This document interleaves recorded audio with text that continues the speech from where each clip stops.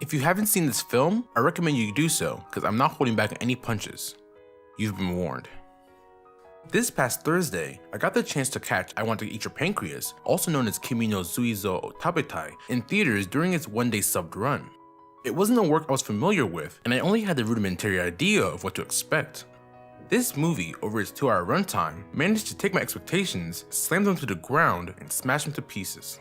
I Want to Eat Your Pancreas follows Haruki in his brief time spent with the female protagonist, Sakura.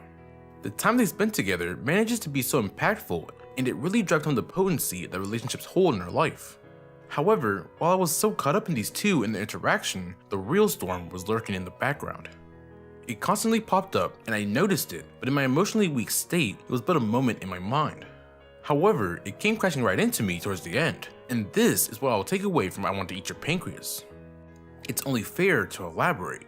When we start the movie, we are immediately treated to the dour funeral of our female lead, Sakura. We see a girl crying over the casket before it cuts to our protagonist, Haruki, sulking in his room with his phone on. We see a text possibly unread, "I want to eat your pancreas." This stems from a cultural phrase about wanting somebody to recover from their disease, and it's played around with during the movie's runtime. Eventually, we learn about the pancreatic disease that Sakura holds as the movie rewinds back in time.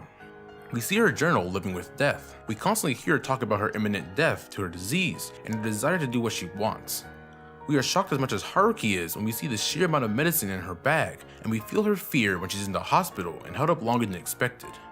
I was emotionally steeling myself for her death to this disease as the story set up. However, I was in for an unfortunate ride. On her release from the hospital, Sakura makes plans to meet Haruki at a cafe that they previously went to before. However, she never makes it and he goes home, only to find out that there was a stab victim in the news. Unfortunately, it happened to be Sakura. I was absolutely broken down when this happened, but on my silent, lonely walk back from the cinema, it hit me. This moment had been foreshadowed the whole time. Frequently, the news talked about multiple victims of assault in terms of a massacre. Also, Sakura made a passing quip about dying randomly earlier in the movie. However, these were at the back of my head as I initially just saw them as filler not worth wasting stimuli on. As made evident by Sakura's death, that was wrong. These events really drove home the randomness of life, both the blessings and the cursed aspects. We never find out who the murderer is, if Sakura tried to save someone like she did with the old lady in the shopping district, but that's not the important part.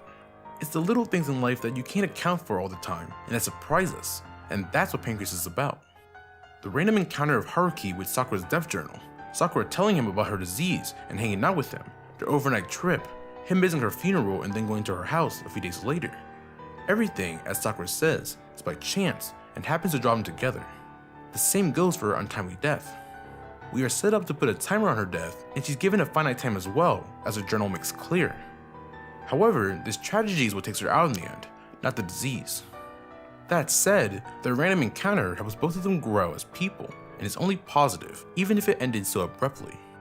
We can't control every little thing in our lives, and that fear of the unknown, or lack thereof, is something we have to live with.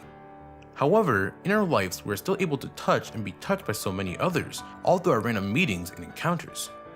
Many people in my life, and I'm sure many people watching this video, stumbled into my life, but have changed it for the better, or for worse. Every experience, good or bad, fatal or wonderful, impacts and surprises us. The little things that we can ignore when we sit in our bubbles can hurt us or help us down the line, and the random chance of that is just part of our landscape. Just like how Haruki's little blessing of meeting Sakura forever changed him, my random discovery and encounter with I Want to Eat Your Pancreas will never leave me the same again. Hey guys, thanks for watching. This is really off the cuff and I really just meant to have a different video out this week, but this movie just touched me so much that I wanted to talk about it, and I don't really know what this is supposed to be. I just wanted to celebrate life and celebrate all you guys existing. Thank you for watching. See you guys again soon. Peace.